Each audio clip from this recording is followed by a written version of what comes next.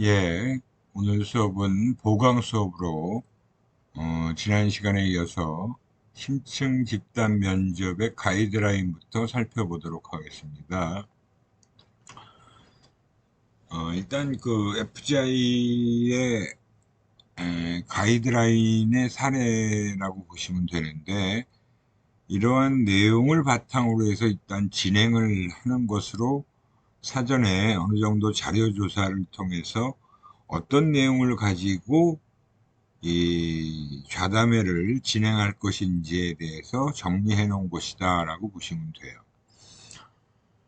그래서 여기서 이제 예를 든 제품은 주로 샴푸에 대한 이제 기본적인 가치와 관련된 내용을 중심으로 해서 진행을 하려고 하는 것이다 라고 보시면 되고, 소비자가 샴푸를 통해서 얻는 만족은 무엇인가, 그리고 그런 만족감들을 뭐 여러 가지 이유로 인해서 만족을 얻었다면 궁극적으로 추구하고 있는 가치는 무엇인지를 알아내는 게 이제 목적이다라고 보시면 되고요.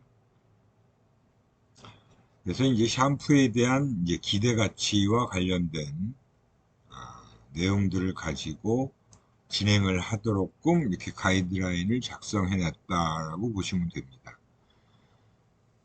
샴푸를 하고 나면 뭐 자신에게 어떤 만족이란 느낌이 있을 거라고 생각하느냐. 그래서 그 만족이란 느낌을 형용사로 표현해 본다면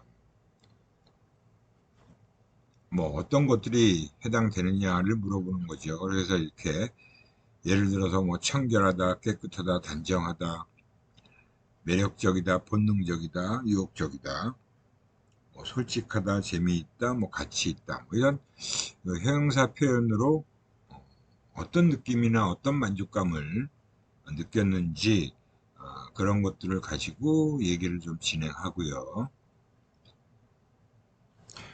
그랬을 때 그런 형용사 표현을 한 사람들한테 그 형용사 표현한 내용이 구체적으로 생활에서 어떤 만족을 또 가져다 주는지 그걸 또 연결해서 이제 이야기를 하도록 이야기를 이끌어 가야겠죠. 그래서 그런 뭐뭐뭐 생활의 만족이라는 것은 뭐 나 스스로에게 내 스스로에게 어떤 행동을 하도록 하는지를 또 물어보고요. 그 다음에 이제 많이 나온 형용사를 예를 들면서 어울리는 샴푸의 상표는 어떤 것이냐라고 물어보는 거예요. 기존에 나와 있는 샴푸 상표겠죠. 그래서 샴푸의 기능이나 속성 중에서 가장 중요하다라고 생각하는 건 또 뭔지,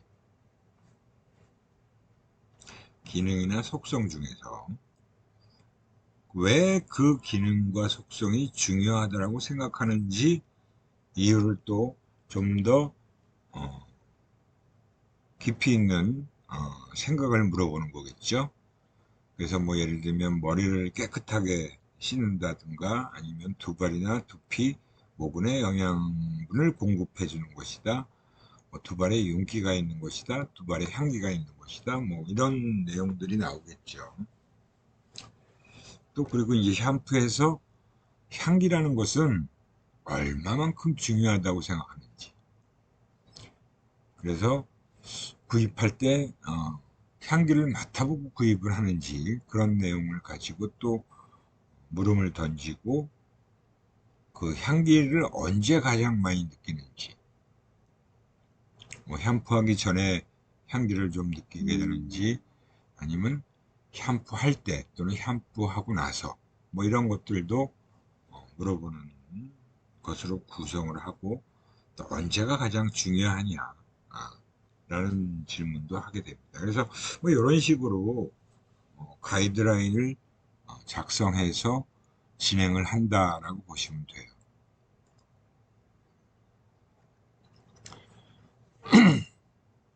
그리고 이거는 이제 심층 집단 면접을 통해서 진행하는 레더링 기법을 또 활용하는 부분입니다.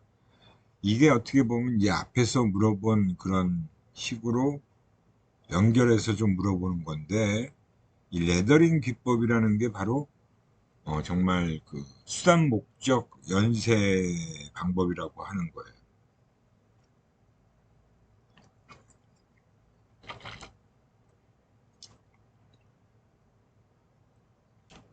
그래서 이 수단 목적 연세 방법이라는 걸 레더링이라고 하는 것의 기본적인 내용이라는 것은 소비자가 어떤 상품이나 서비스 카테고리에 대해서 어떻게 생각하는가를 이해하기 위해서 이제 개발된 기법이다라고 보시면 되고요. 기존의 정량 조사하고는 다른 어떤 소비자 자신의 언어로 표현할 수 있고, 또 소비자 심리의 심층 레벨을, 그건 단계라고 봐야겠죠.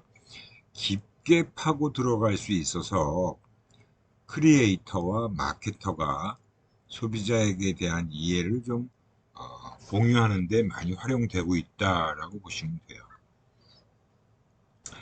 그 레더링 기법이라는 게 이제 80년대 미국에서 개발된 기법이고, 90년대에는 코카콜라나 P&G, 네슬레 등과 같은 뭐 기업에서 도입을 해서 사용해온 방법이고, 브랜드 관리와 광고 전략에 활용을 하고 있다라고 보시면 됩니다. 특히 이제 P&G 같은 경우가 종합 생활용품 기업이잖아요. 그래서 생활용품 마케팅에서 이 레더링 기법을 활용해서 커뮤니케이션 전략의 기본이 되는 그런 소비자의 이해 구조를 파악하고 있다라고 보시면 됩니다. 그 레더링 기법은 일단 가장 먼저 하위 단에서 속성이라는 걸 어느 정도 얘기를 해요. 제품과 서비스의 구체적이고 물리적인 특징 또는 요소가 바로 속성이잖아요. 그래서 뭐 예를 들어서 이제 알코올 농도가 낮다. 이 알코올 농도가 낮다라는 속성이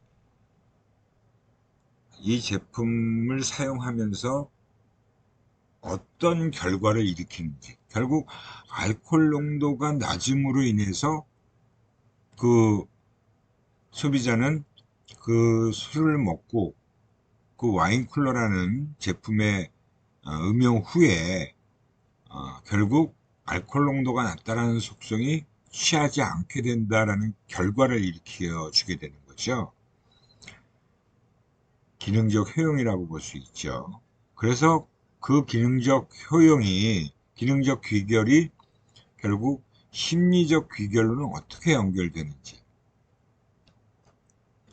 기능적 귀결로부터 일단 파생되는 것이라고 보고, 또 그로 인해서 소비자가 느낄 수 있는 심리적 효용성은 무엇이 되는지를 알아내는 거예요. 그래서 뭐 와인 쿨러라는 걸 마시고 뭐 알코올 농도는 낮지만 취하지 않게 되니까 결국은 뭐 그 세련된 이미지를 그대로 유지할 수 있다. 뭔가 깔끔하다. 뭐 이런 이미지가 심리적 귀결로서 이루어지겠죠.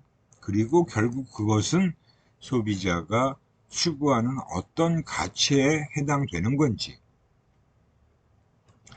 좀 더 심층 레벨에서 느끼게 되는 신념과 같은 것이 무엇인지를 파악해내고자 하는 것입니다. 그래서 뭐 달성이다. 예, 이런 어떤, 그러니까 뭐 술을 괜히 독한 술을 먹게 되면 알코올 농도가 높다 보면 빨리 취하게 되고, 빨리 취하게 되면 좀 좋지 않은 이미지를 나타낼 수도 있잖아요.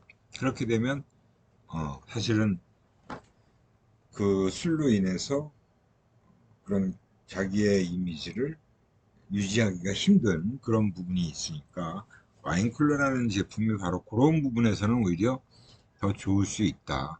와인쿨러라는 제품을 사용하는 소비자에게 그런 그 베니핏을 소구할 수 있게 되는 거죠. 그래서 이 그 레더링을 표현한 이유가, 레더링이라는 게 이 사다리를 의미하는 거잖아요. 그래서 속성단의 맨 밑에 하위 속성들이 쭉 있고, 그런 속성들이 뭐예요? 객관적 물리적 특성, 뭐 구성 요소, 특질로 구성되고, 상품을 기술하는 데 사용되는 것들이죠. 그래서 그런 속성들로 인해서 어떤 결과를 일으키게 되는지, 그죠? 결과는 그 상품을 사용함으로써 얻어지는 혜택이나 결과로 상품이 사용자에게 제공하는 것을 나타낸다라고 볼 수 있어요. 결국 value라는 맨 위에 상위에 위치한 이 가치를 찾아내는 건데, 결국 소비자가 추구하는 가치는 그 제품을 통해서 과연 잘 나타내고 있는지, 그 가치가 무엇인지를 알아내는 거예요. 상품을 사용하는 궁극적이거나 실질적인 이유를 알 수 있게 되는 거죠. 그래서 소비자가 목표를 달성하는데 상품이 어떻게 도움을 주는가를 나타내는 게 바로 밸류, 가치다라고 볼 수 있는 겁니다. 이런 식으로 FGI를 통해서 이런 것들을 이렇게 물어보는 거죠. 우리가 아까 가이드라인에서 얼핏 비슷하게 샴푸를 통해서 물어본 것처럼 다양한 제품에 대해서 이런 방식으로 물음을 이어가는 것을 레더링 기법이다라고 할 수 있습니다.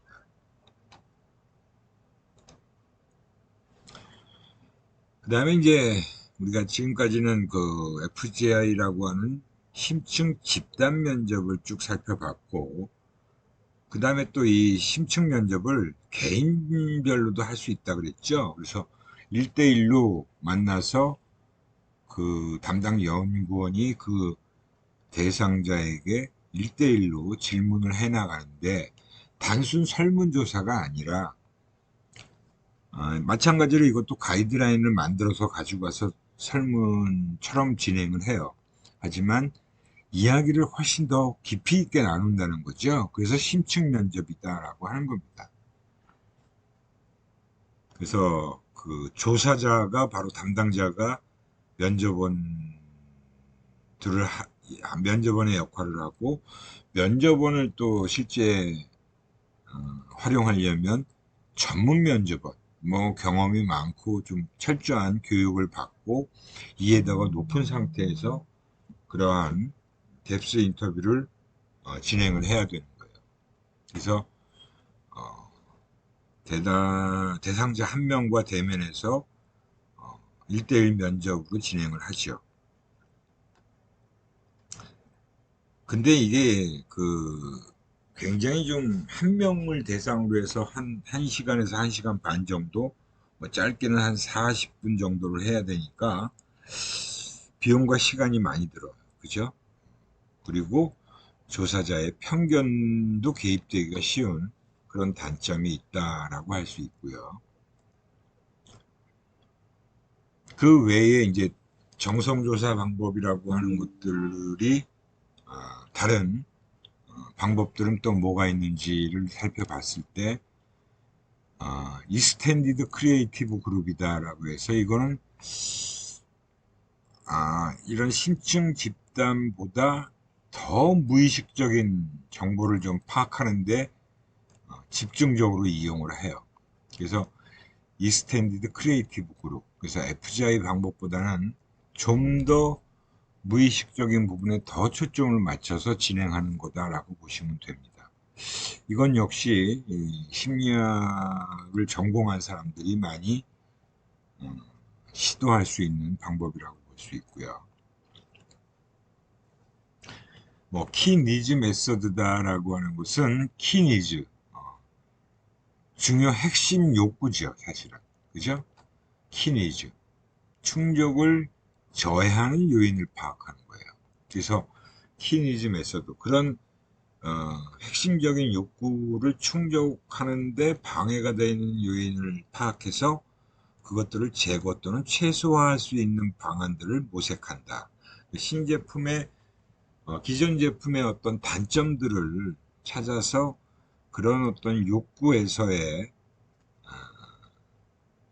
그런 단점으로 인해서 욕구 충족이 안 되는 부분을 좀 그런 것들을 제거해 줌으로써 욕구 충족시킬 수 있는 그런 방안을 만들어내는데 활용하는 방법이다라고 보시면 되고요. 그다음에 투사법, TAT 같은 거, 이거는 우리 심리학에서 주로 임상적 장면에서 많이 활용하죠.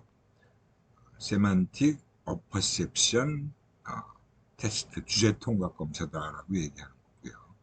뭐 그림을 보여주고 그 그림이 어떤 그 그림에 등장하는 인물들이 어떤 상황인지에 대해서 물어보는 겁니다.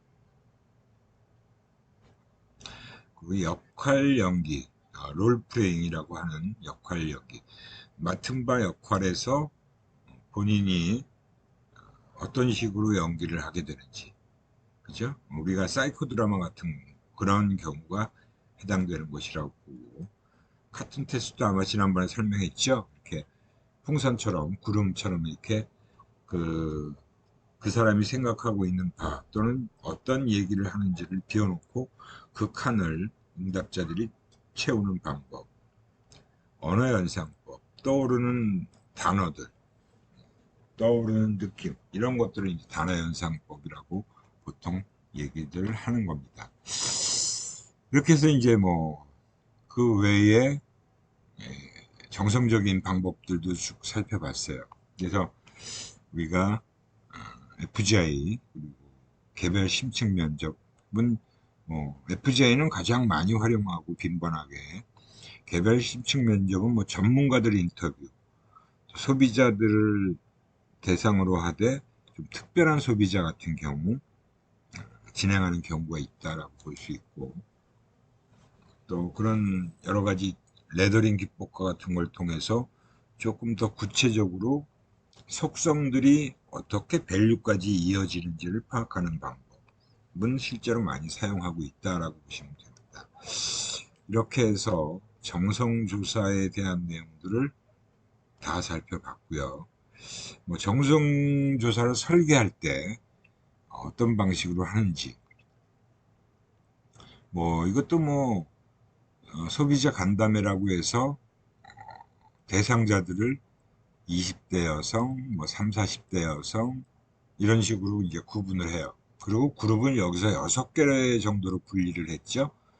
그룹 1은 20대 여자, 직장인과 주부 각각 4명씩, 30대 여성의 전업주부, 30대 직장인 주부, 그리고 40대 초반의 일반적인 주부, 25세에서 45세까지 피부관리사, 그 다음에 또 25세에서 45세까지의 화장품 방문 판매원, 이렇게 각각의 8명씩으로 구성해서 진행을 한다. 그리고 서울에서 일을 하는 25세에서 45세 사이의 피부관리사, 화장품 방문 판매 여성을 대상으로 진행한다. 그리고 일반 소비자의 경우 20대, 3, 40대 여성인데 5천만 원 이상의 수입을 가지고 있는 수입 고가 화장품을 구매 또는 사용해 본 경험이 있는 서울에 거주하고 있는 여성. 이렇게 해서 이제 대상자들을 정량조사와 달리 그냥 접촉을 통해서 지인들을 부르는 경우가 가장 일반적인 부분이다라고 보시면 됩니다. 이런 식으로 이제 설계를 해서 준비 작업에서 기획을 한다, 계획을 잡는다라고 보시면 됩니다. 예, 이렇게 해서 정성조사와 관련된 내용은 다 살펴봤고요.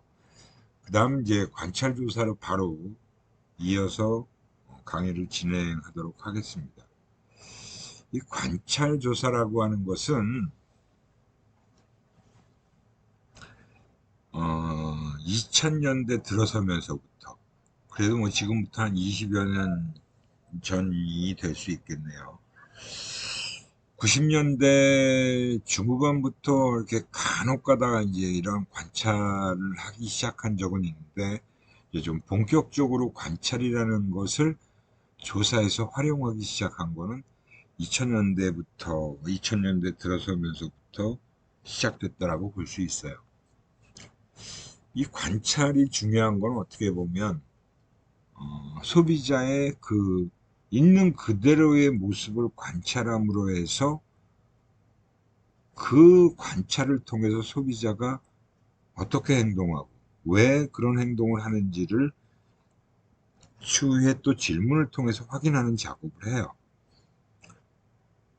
근데 실제 일어나는 행동을 가지고 분석을 하는 거기 때문에 매우 중요하고 또 그 결과는 아주 유용하게 활용이 될 수 있다는 측면에서 뭐 일반적인 다른 조사들처럼 막 샘플을 많이 대상으로 해서 시행을 할 수는 없어요. 뭐 관찰을 할 때는 보통 3, 4명. 왜냐하면 비용이 워낙 많이 들어가요.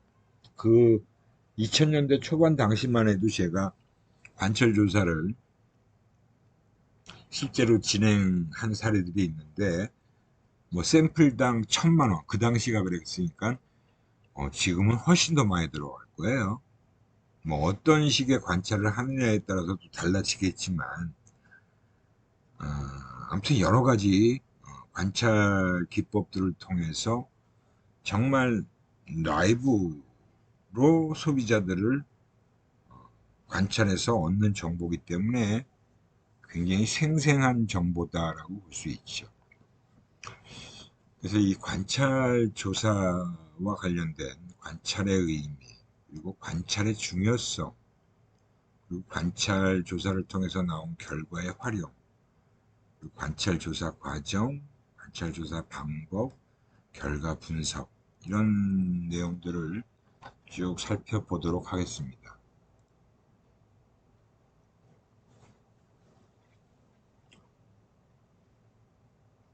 우리가 예전에 이 지브로라는 그 영화가 개봉됐죠. 이 영화에 사실은 할머니 한 분하고 이게 아마 유승홍가 하는 지금은 아주 멋진 청년으로 성장을 했죠. 그 당시에 유승호는 어린아이였어요. 아역배우죠, 아역배우. 그 할머니하고 이 손녀, 손자 둘만 출연하는 굉장히 뭐 정말 아주 단순한 영화인데 배우장이 7살과 엄청 나이가 많은 할머니, 연상녀와 기막힌, 그러니까 여기 귀막힌이라고 했는데 동거를 시작한다. 저도 얼핏 보긴 봤는데 내용은 정확하게 기억은 안 나요. 근데 아마 여러분들은 아마 보지 못했을 거예요. 뭐 본 기억이 있는지 모르겠지만 아무튼 이런 영화가 이제 나온 적이 있었어요. 그래서 이 영화를 통해서도 보면 할머니의 그 아주 그냥 정말 자연스러운 이 손자를 굉장히 사랑하고 하는 모습을 그대로 보여주고 있고 이 손자는 개구장이에요. 할머니한테 땡깡도 쓰고 막 어리광도 부리고 뭐 그런 어떤 상황으로 며칠 동안 벌어진 일을 담은 거다라고 보시면 됩니다. 근데 이 영화의 그 포스터를 이렇게 제시해 놓은 거는 이 관찰한다는 거에 의미를 좀 우리가 알 필요가 있겠다. 예를 들어서 뭐 귀하는 걸을 때 뒤꿈치부터 내딛습니까? 아니면 발끝부터 내딛습니까? 이게 걸을 때의 부분인데 사실은 걷고 있는 사람은 잘 의식하지 못하잖아요. 근데 행동으로 나타나고 있는 것들을 얘기하죠. 그죠? 그거는 지켜보는 사람은 확인할 수가 있어요. 근데 막상 당사자 본인은 잘 모르는 경우가 많아요. 그 다음에 또 뭐, 귀하는 어떤 색상의 컴퓨터를 구입하고 싶으냐? 컴퓨터 어떤 색상의 컴퓨터를 구입하고 싶으냐는 뭐 취향 같은 게 반영되겠죠. 그죠? 그것 역시 어떻게 보면 그 사람의 무의식적인 부분이 작용하고 있을 수도 있다는 거죠. 여기서 이제 이런 영어 문구가 나와요. People even don't know what they want. 그들이 원하는 것을 사실은 사람들은 알지조차 못한다. 잘 알 수가 없다. 그러니까 정말 그들이 소비자들이 원하는 것을 정확하게 알지 못한다는 걸 얘기하는 거예요. 우리가 일반적으로 마케팅하는 담당자들은 소비자를 잘 알고 있다라고 생각하는데 실은 막상 소비자들을 정확하게 잘 모른다는 거죠. 어떻게 보면. How to find people's genuine needs라고 한 거는 정말 진짜 니즈, 사람들의 정말 니즈라는 것을 어떻게 발견해낼 건가, 찾아낼 건가 하는 질문을 또 물음을 던진 거예요. 그렇다면 그들이 진짜 원하는 것을 정확히 모르는데 그러면 그런 진짜 욕구라는 것을 어떻게 찾아낼 건데? 라고 질문을 하고 있잖아요. 이게 이제 관찰이라는 걸 통해서 그런 것들을 가능하게 만들어내자라는 측면이 있다라는 거죠.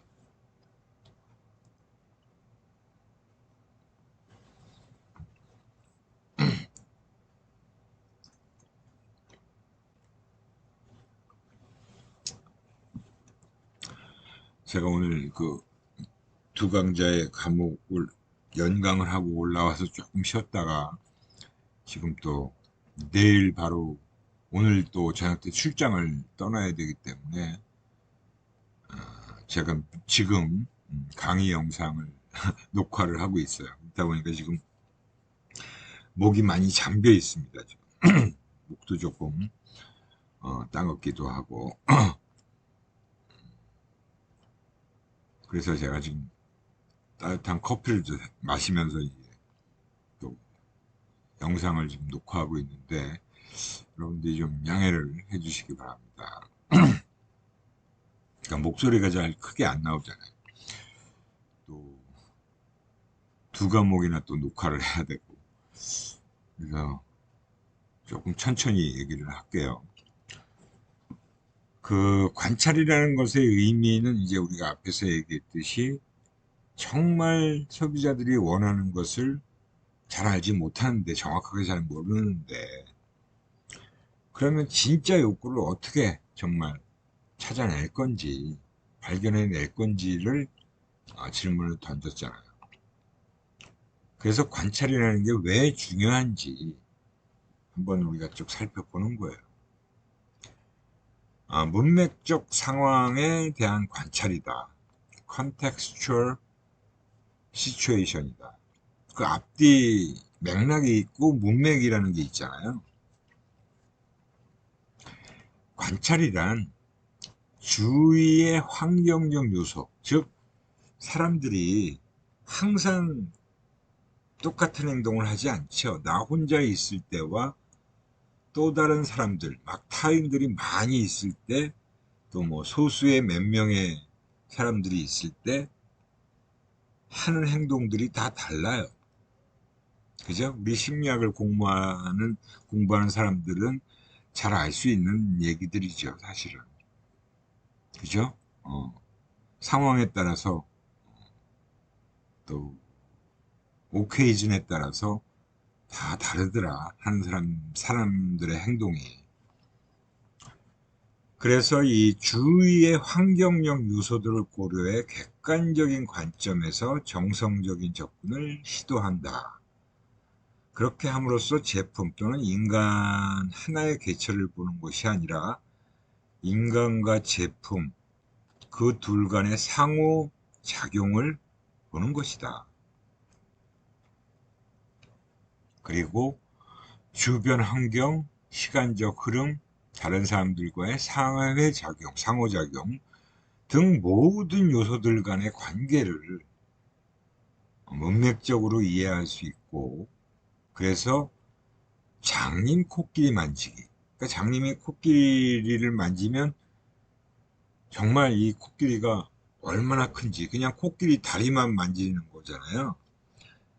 그 오류라는 게 분명히 생기잖아요. 착각을 하게 되죠.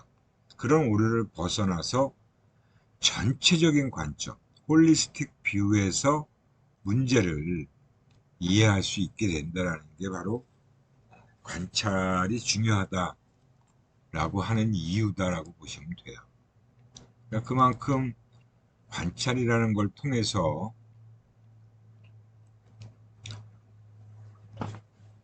그냥 소비자가 단편적으로 얘기하는 것만 가지고 뭐 그게 정량조사든 정성조사든 그런 거에만 의존해서는 분명히 한계가 있을 수밖에 없다. 아까도 제가 수업 시간에 얘기도 얼핏 했잖아. 그죠? 가정용 무선 전화기라는 게 과연 왜 주부들한테 필요할까? 라는 걸 이제 물어보니까 단순히 그냥 뭐 집안에 어디 있든 간에 편리하게 이용할 수 있다. 근데 그 이유만이 아니었잖아요. 그죠? 실질적으로 정말 필요한 이유는 뭐 요즘은 그게 전혀 상관이 없어요. 집 밖에서도 집에서 걸려오는 전화를 받을 수 있는 게 정말 그 원인으로 작용하는 거죠. 이유로. 그렇듯이 사실 관찰 연구라는 것은 실험적 연구보다도 어떻게 보면 어, 인위적인 조작이라는 게 굉장히 거의 없어요. 그냥 있는 그대로 해서 그 사람이 행동하는 걸 그대로 관찰하는 거니까. 그러니까 조정이나 설정 환경 또는 과업 또는 실험 집단 이런 것들이 전혀 필요 없는 거예요. 관찰자의 자료를 기록하는 수단에 더 관련이 많다. 그냥 있는 그대로 관찰자의 그런 행동하는 모습 그런 것들을 그대로 기록하는 거다라는 거죠. 자연적인 행동, 다수의 이전 행동 경향, 사용자 실제 현실을 반영하고 있는 그 내용을 그냥 그대로 알아내는 거예요. 그래서 우리가 이 관찰이라는 거에 관련된 학문 분야가 바로 문화인류학. 우리 심리학뿐만이 아니라 문화인류학적인 접근이 굉장히 많이 여기서 이루어져 있습니다. 사회학에서 소그룹의 일상적 삶이 어떠하고 또 그러한 현상이 왜 나타나는지에 대해서 이해하려는 목적으로 활용을 한다. 그게 컬처럴 앤스로폴로지다라고 얘기를 해요. 인류학적인 관점인 그런 방법론을 사용하는 것도 여기에 많이 반영이 되어 있습니다. 비디오 에스노그래피다라는 얘기를 또 여기서 많이 사용하는 방법론에 해당되는 건데, 그래서 비디오 촬영을 통해서 녹화된 영상을 도구로 해서 실제 현장에서 일어나고 있는 사용자의 그런 제품 간의 인터랙션과 같은 환경을 그대로 기록하고 분석하는 그런 작업을 비디오 에스노그래피다라고 해요. 관찰에는 이 비디오 에스노그래피라는 방법이 매우 중요한 방법입니다.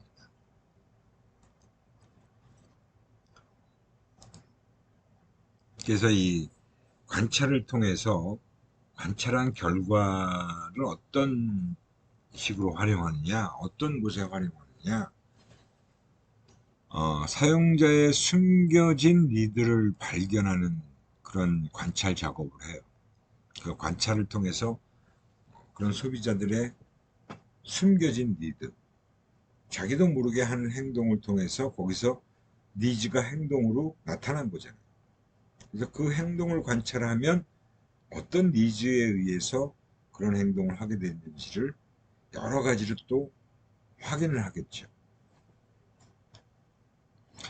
그래서 분석할 때 그 사용자를 어떻게 하면 잘 이해하고 해석하느냐 하는 게 중요하죠. 그리고 그 사용자들의 경험을 어떻게 새롭게 변화시켜 주느냐 하는 측면이 분석의 포인트가 되는 거예요. 그래서 사실은 예전에 그 자동차의 그 이 안에서 밖으로 안에서 문을 열 때 쓰는 그 문 그 고리를 얘기하는 거예요. 근데 손잡이가 사실은 되게 불편하게 돼 있었어요. 그래서 그거를 이런 식으로 바꿔주는 그런 작업을 통해서 이제 하게 된 거죠. 디자인을 개선하게 된 겁니다. 그래서 디자인 쪽에서 제품 개선 효과를 많이 만들어내는데 이 관찰 결과들이 많이 활용됐다라고 보실 수 있어요.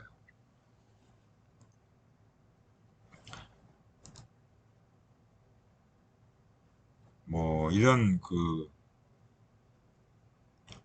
휴대폰에 이런 열쇠 같은 것들을 또 연결해서 쓸 수 있는 고리를 만들어 놨는데 그 휴대폰 거기에 걸 수 있게끔.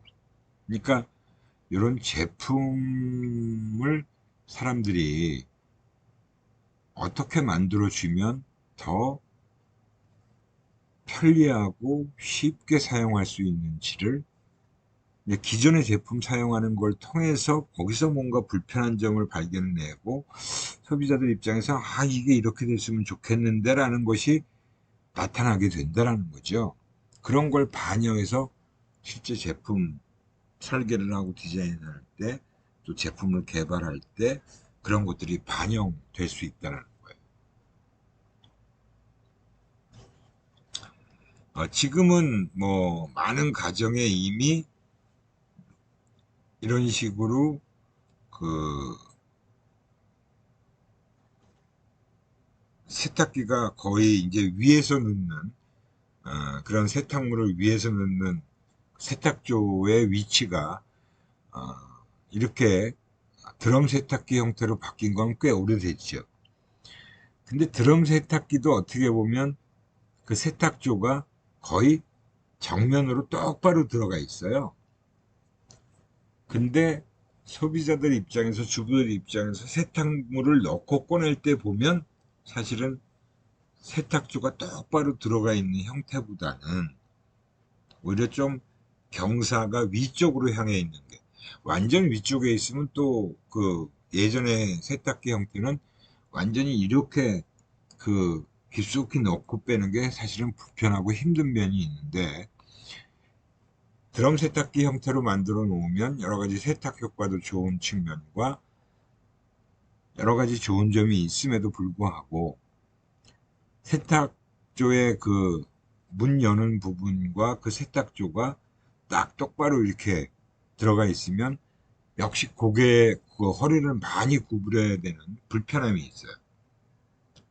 근데 그거는 아직도 뭐 실제 개선된 제품이 나오진 않았지요. 근데 이런 식으로 바꿔주면 실제 사용자들 입장에서 보면 편해진다라는 그런 디자인 리서치 결과가 나온 거예요. 그래서 이런 식으로 개선해 볼 수 있겠다라는 것도 사례로 보여준 거죠.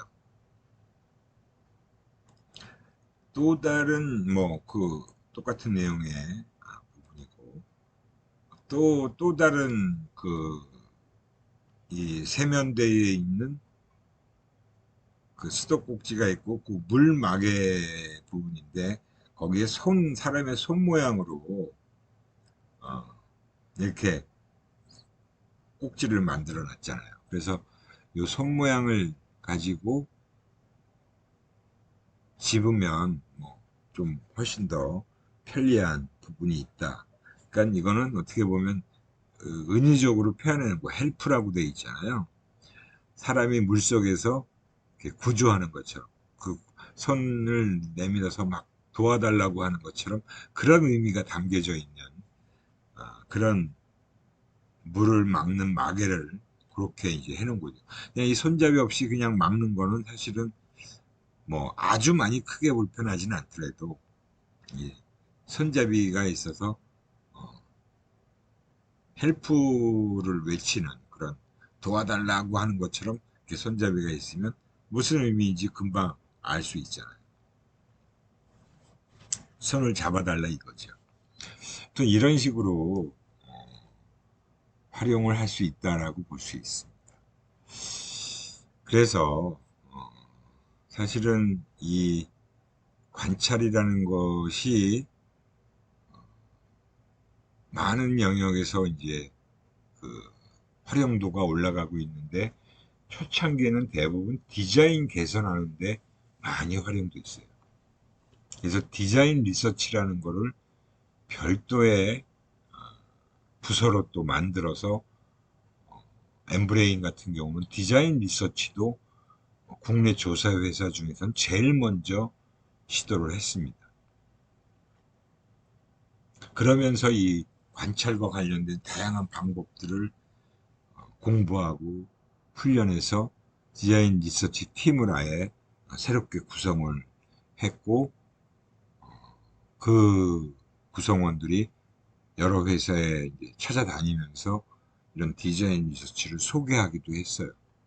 역시 우리 국내에 있는 조사 회사들 중에서는 엠브레인이 최초로 그런 리서치를 수행했다라는 거죠.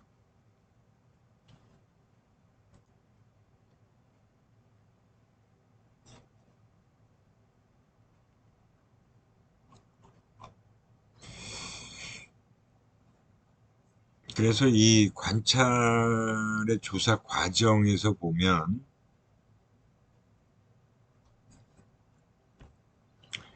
일단 그 관찰해야 될 대상자들이 자주 생활하는 공간 또는 움직이는 이동 공간들을 확인해야 돼요. 그래서 파일럿 비짓이라고 해서 그 선의 현장 방문이라는 걸 먼저 사전 답사라고 보시면 되죠. 연구원들이 나가고 이 장소에서 아니면 이동 경로가 어떻게 되면 그 경로를 쭉 따라가면서 관찰이 가능한 부분들을 체크하고 사람이 따라다니면서 관찰할 거냐 아니면 어느 공간에서는 카메라를 설치해 놓고 관찰할 거냐 이런 계획들을 또 다 잡아야 되는 거죠. 다양한 관찰 변수에 대한 사항을 결정해야 돼요. 관찰 범위, 좁은 장소냐 굉장히 넓은 장소냐, 관찰 대상은 특정인이냐 아니면 일반적인 사람들을 관찰하는 거냐, 관찰 사항의 고지를 알리고 할 거냐 아니면 알리지 않은 형태로 할 거냐, 관찰자의 역할을 참여하는 걸로 아니면 방관적인 걸로, 즉 참여한다는 것은 그 안에 같이 섞여 있는 상태에서 관찰을 하는 거죠. 아니면 방관적이라는 건 그냥 멀리 물러나서 지켜만 보는 거라고 볼 수 있고요.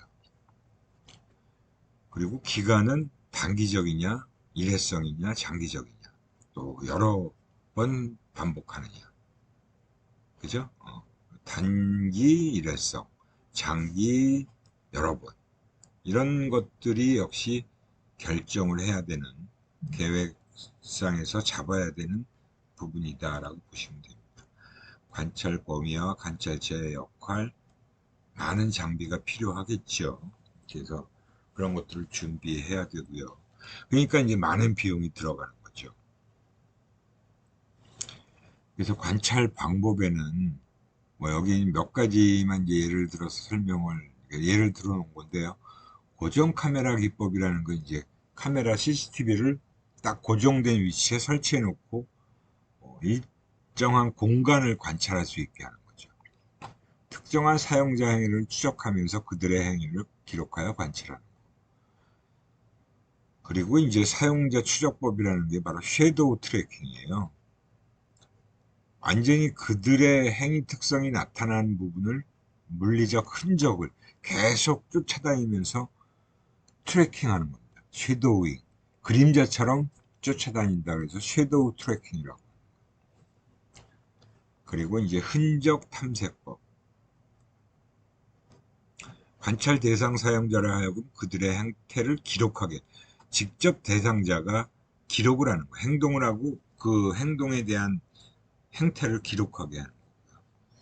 그다음에 사용자 시점 관찰법이라는 것은 필요하다면 관찰 대상자의 행위 배경을 이해하기 위해 인터뷰를 실시하기도 합니다. 그리고 그때그때 일어난 사항을 기록하는 방식으로 작업을 해요. 그리고 이제 분석 작업을 해야겠죠. 분석은 이 위에서 어떤 기법을 활용하든 방대한 양의 데이터가 축적되어진다라고 보시면 됩니다. 카메라로 찍은 것을 다 글로 표현해서 기술을 해야 되고요.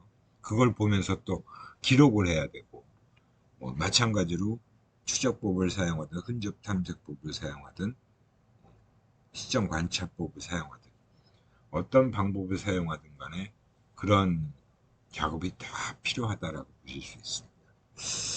그래서 오늘은 이 정도까지 얘기를 하고요. 다음 시간에 또 이 관찰과 관련된 얘기를 또 이어서 좀 더 진행하도록 하겠습니다. 예, 오늘 보강 수업은 이 정도로 마치도록 하겠습니다. 예, 여러분 수고하셨어요.